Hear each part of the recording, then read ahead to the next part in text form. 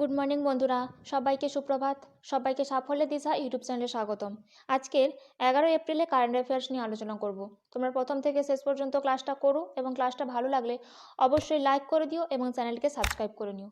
তাহলে শুরু করা যাক আজকের ক্লাস। আজকের ক্লাসের ফার্স্ট কারেন্ট অ্যাফেয়ার্স হলো, কোন দল প্রাইম ভলিবল লিগ 2024 শিরোপা জিতেছে? উত্তর হবে কালিকট হিরোস। এই কালিকট হিরোস সম্প্রতি প্রাইম ভলিবল লিগের 2024-এর শিরোপা জিতেছি। এই সম্পর্কে জেনে নেব। Prime Volleyball League 2024 Calicut Heroes Delhi তুফানকে হারিয়ে এই খেতাব জয়লাভ করলো। ফাইনাল খেলা হয় Jawaharlal Nehru indoor stadium, Chennai. Sports volleyball এটা প্রতিষ্ঠা হয়েছিল 2021 সালে এবং ফার্স্ট সিজন অর্থাৎ 2022-এ। CEO Joy Bhattacharya. Next, Axis Capital এর এমডি ও সিইও পদে কে নিযুক্ত হলেন? উত্তর হবে অন্তর মেহরা। এই অন্তর মেহরা অ্যাক্সিস ক্যাপিটাল এর এমডি ও সিইও পদে নিযুক্ত হলেন।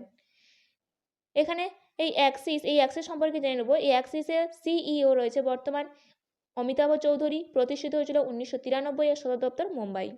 নেক্সট, IWF বিশ্বকাপ 2024 কোথায় অনুষ্ঠিত হয়েছিল? উত্তর হবে থাইল্যান্ডে। থাইল্যান্ডে IWF বিশ্বকাপ 2024 অনুষ্ঠিত হয়েছিল। এই সম্পর্কে জেনে নেব। আন্তর্জাতিক ভারোত্তোলন ফেডারেশন 1905 সালে প্রতিষ্ঠিত হয়েছিল।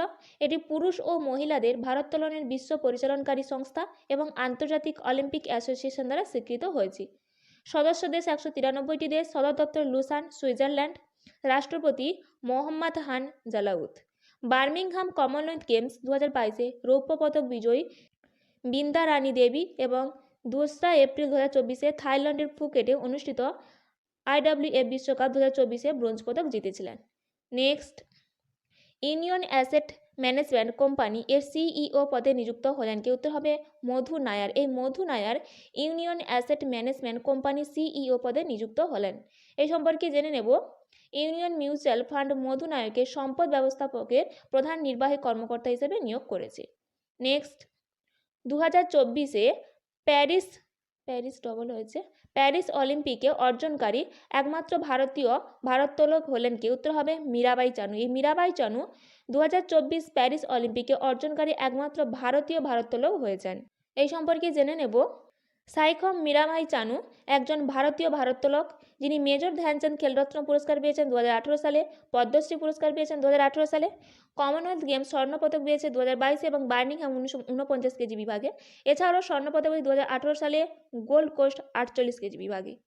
নেক্সট, 2024-এ প্যারিস অলিম্পিকে জুরি হিসেবে নিযুক্ত প্রথম ভারতীয় মহিলাকে? উত্তর হবে বিলকিস মির। এই বিলকিস মির 2024-এ প্যারিস অলিম্পিকে জুরি হিসেবে নিযুক্ত প্রথম ভারতীয় মহিলা হয়েছেন। এই সম্পর্কে জেনে নেব। বিলকিস মির একজন প্রাক্তন ক্যানিস্ট এবং বিভিন্ন আন্তর্জাতিক প্রতিযোগিতায় ভারতের প্রতিনিধিত্ব করেছেন। তিনি ভারতীয় মহিলা ক্যানোয়িং দলের কোচও ছিলেন। এছাড়াও তিনি একজন ক্যানোয়িং এবং কায়াকিং ইভেন্টে একজন যোগ্য জুরি সদস্য। Next, National Cooperative Dairy Federation of India Limited এর চেয়ারম্যান হিসেবে কে নিযুক্ত হয়েছেন? উত্তর হবে মিনেশ শাহ। এই Minesh Shah National Cooperative Dairy Federation of India লিমিটেডের চেয়ারম্যান হিসেবে নিযুক্ত হয়েছেন। এই সম্পর্কে জেনে নেব। এই National Cooperative Dairy Federation of India এর বেস্ট অ্যান্ড আনন্দ, যেটা গুজরাটে প্রতিষ্ঠিত, গুজরাটে আনন্দতে প্রতিষ্ঠিত হয়েছে, is the apex organization for the cooperative dairy sector. এটি ডেইরি সেক্টর হিসেবে খ্যাতি লাভ করেছে। নেক্সট, কোন দেশে বিশ্বের শক্তিশালী লেজারে উন্মোচন করা হলো? উত্তর হবে রোমানিয়াতে। এই রোমানিয়াতে বিশ্বের শক্তিশালী লেজারে উন্মোচন করা হয়েছে। এই সম্পর্কে জেনে নেব। রোমানিয়ার একটি গবেষণা কেন্দ্র এবং ইউরোপীয় ইউনিয়নের ইনফ্রাস্ট্রাকচার এক্সট্রিম লাইট ইনফ্রাস্ট্রাকচার প্রকল্পের অংশ হিসেবে বিশ্বের সবচেয়ে শক্তিশালী লেজার তৈরি করেছে।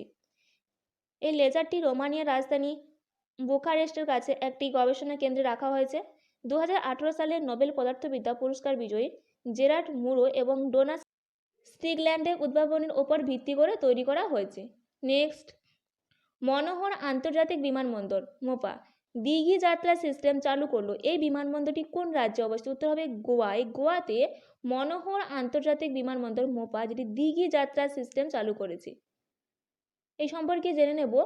14তম বিমানবন্দর এই দিঘি যাত্রা সিস্টেম চালু করা এই মনোহর বিমানবন্দর, যেটি গোয়াতে অবস্থিত। এর আগে 13টি বিমানবন্দর এই দিঘি যাত্রা সিস্টেম চালু করেছে, যেমন হচ্ছে দিল্লি, বেঙ্গালুরু, বারাণসী, হায়দ্রাবাদ, কলকাতা, বিজয়ওয়াড়া, পুনে, মুম্বাই, কোচি, আহমেদাবাদ, লখনউ, জয়পুর এবং গুয়াহাটি বিমানবন্দরে দিঘি যাত্রা সিস্টেম চালু করা হয়েছিল।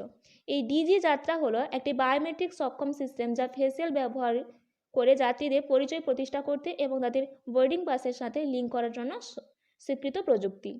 নেক্সট, কার্গো আয়তনের দিক থেকে কোনটি ভারতের বৃহত্তম বন্দর হয়ে উঠেছে? উত্তর হবে পারাদ্বীপ বন্দর। এই পারাদ্বীপ বন্দর কার্গো আয়তনের দিক থেকে ভারতের বৃহত্তম বন্দর হয়ে উঠেছে। এই সম্পর্কে জেনে নেব। পারাদ্বীপ বন্দর ভারতের পূর্ব উপকূলে ওড়িশা রাজ্যে জগৎসিংপুর জেলার একটি প্রাকৃতিক এবং গভীর জলের বন্দর। এটি মহানদী এবং বঙ্গোপসাগরের মিলনস্থলে অবস্থিত। এই ছিল আজকের দিনে গুরুত্বপূর্ণ কারেন্ট অ্যাফেয়ার্স। এইরকম গুরুত্বপূর্ণ কারেন্ট অ্যাফেয়ার্স পেতে অবশ্যই সাফল্যের দিশা ইউটিউব চ্যানেলটি সাবস্ক্রাইব করে নিও এবং বন্ধুদের মধ্যেও শেয়ার করে দিও।